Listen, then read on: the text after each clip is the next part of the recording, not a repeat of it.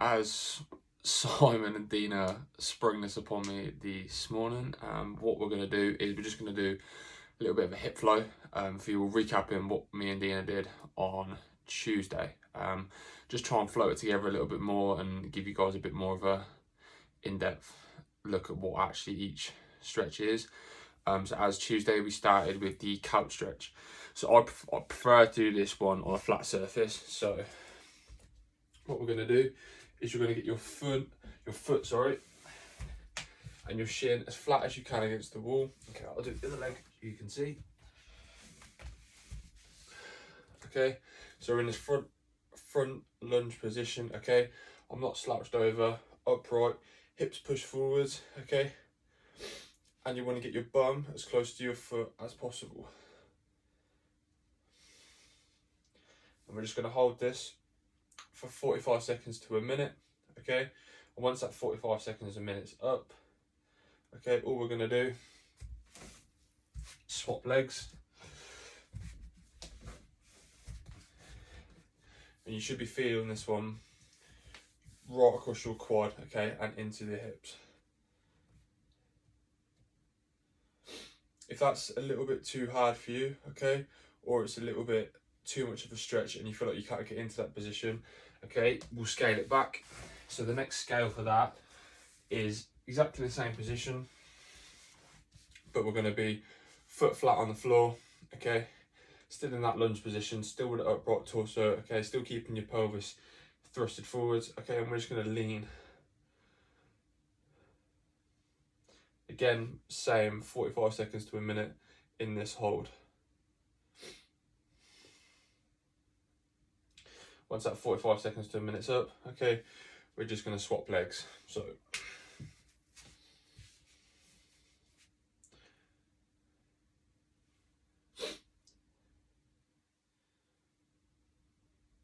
that's working those hip flexor muscles, which we spoke about on Tuesday.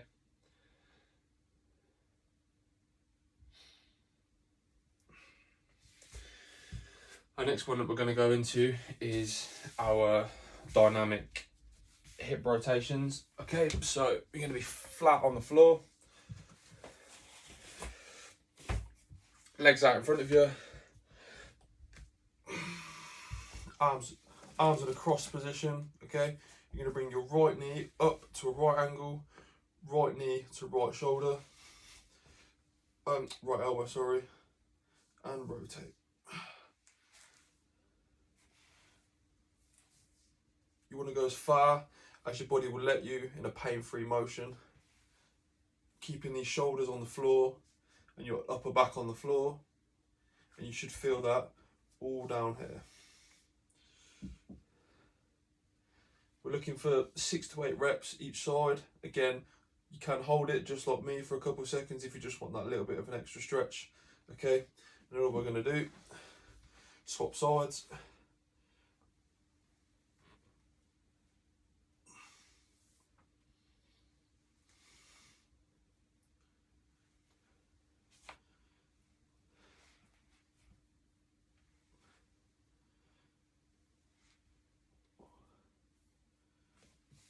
Once we've done that, again, 6 to 8 reps both sides. Okay, for there we're looking for quality rather than quantity. Okay, straight into both legs this time. So same position, arms wide, both legs up. Okay, and we're just looking to rotate both, keeping the upper back and shoulders on the floor, trying to get the knee to the floor.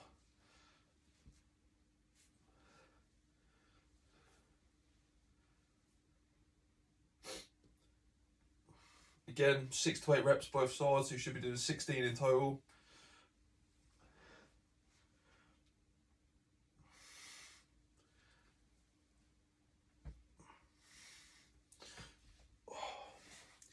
Once we've done that, we're going to look to go into our pigeon stretch.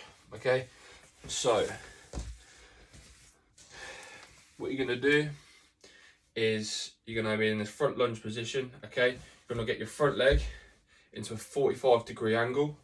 Just step back a little bit. 45-degree angle. Okay, keeping that back leg straight okay, and we're just up tall to begin with.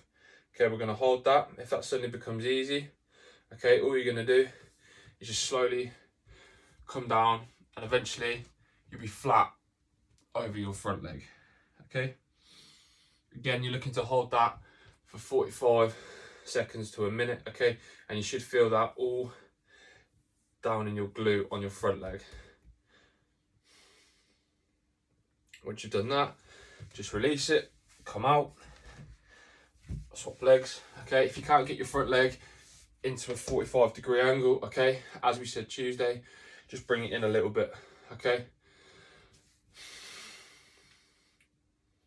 and again, hold it for another 45 seconds to a minute. Again, if that feels easier, we're going to go down, we're going to be flat.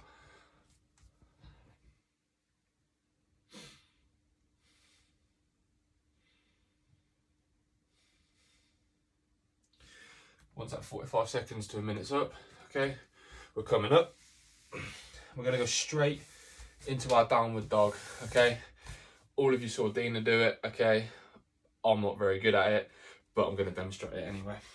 So what we're looking for, okay, is feet ideally flat on the floor if possible. If you're like me and you can't, that's fine, we're up on our toes. Okay, hands flat. Okay, and we're looking to push our chest through as much as possible. Trying to get those heels flat if possible, okay? But if you're like me and you can't, just drive them to the floor. Again, looking to hold this for 45 seconds to a minute.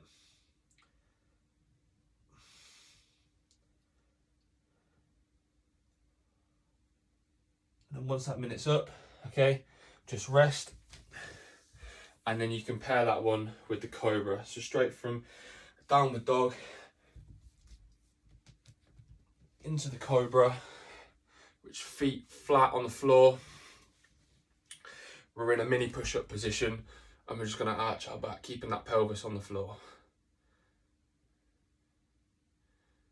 If I did that from a side-on angle, feet flat, pelvis on the floor, okay, push up, and this is the position we should be in.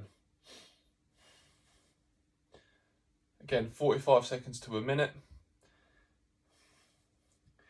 If you're feeling a bit spontaneous and a bit out there, you can always pair this with the downward dog. Okay, so we're going to come from the Cobra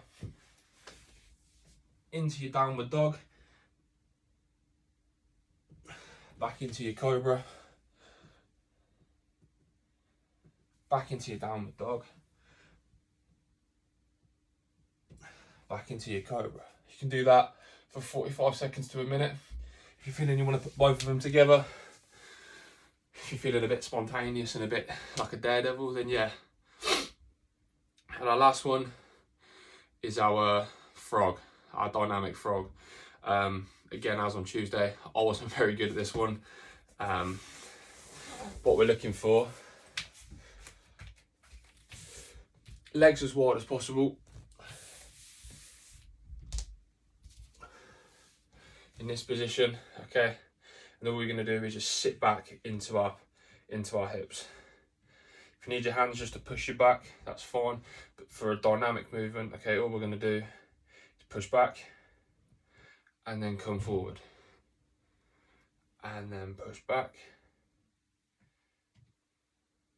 and then come forward. Each time you're just looking to go a little bit deeper and just hold that stretch for a little bit longer, okay? And come forward, and then push back.